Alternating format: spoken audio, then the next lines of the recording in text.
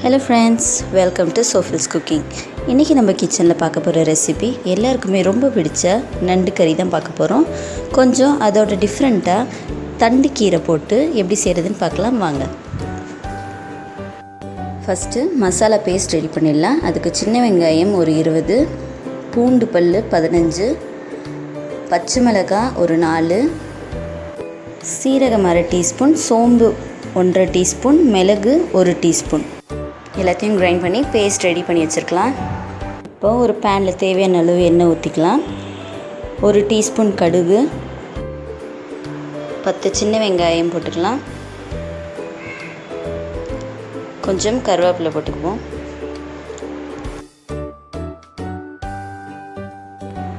வெங்காயம் நல்லா வதங்கட்டும்.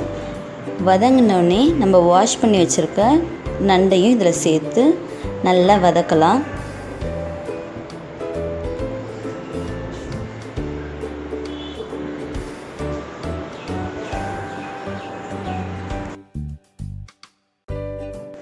நண்டு நல்லா வதக்கிட்டு நம்ம கட் பண்ணி வச்சுருக்க தண்டு கீரையோட தண்டையும் இதில் ஆட் பண்ணிக்கலாம்.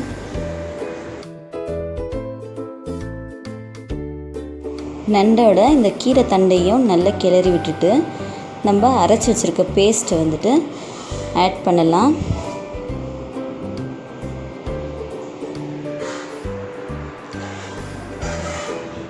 எல்லாத்தையும் நல்லா ஒரு வாட்டி கிளறி விட்டுட்டு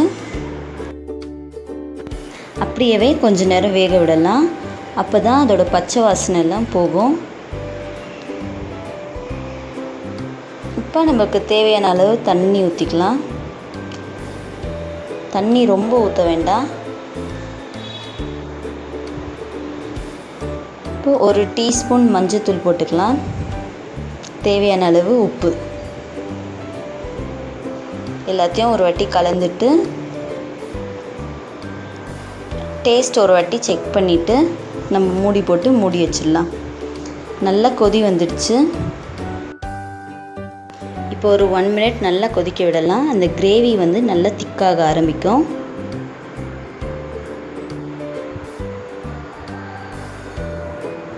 இப்போ பார்த்தீங்கன்னா கிரேவி நல்லா திக்காயிடுச்சு. இதோட நம்ம ஸ்டாப் பண்ணிடலாம். இது ஆறுனதுக்கப்புறமா இன்னும் நல்லா திக்காக தெரியும் நம்மளுக்கு. ஸோ இதோட நான் ஸ்டாப் பண்ணிடுறேன். ரொம்பவே சிம்பிள் அண்ட் ஈஸியான கீரை தண்டு வச்சு நண்டு கறி பண்ணியிருக்கோம். கண்டிப்பாக நீங்களும் வந்துட்டு இந்த ரெசிபி உங்கள் கிச்சனில் ட்ரை பண்ணி பாருங்கள். பிடிச்சிருந்ததுன்னா உங்கள் ஃபீட்பேக்கை மறக்காமல் கமெண்ட் பண்ணுங்கள். தேங்க்ஸ் ஃபார் வாட்சிங். இந்த வீடியோ உங்களுக்கு பிடிச்சிருந்ததுன்னா லைக், கமெண்ட், ஷேர் பண்ணுங்கள். மறக்காமல் சப்ஸ்கிரைப் பண்ணிவிடுங்க.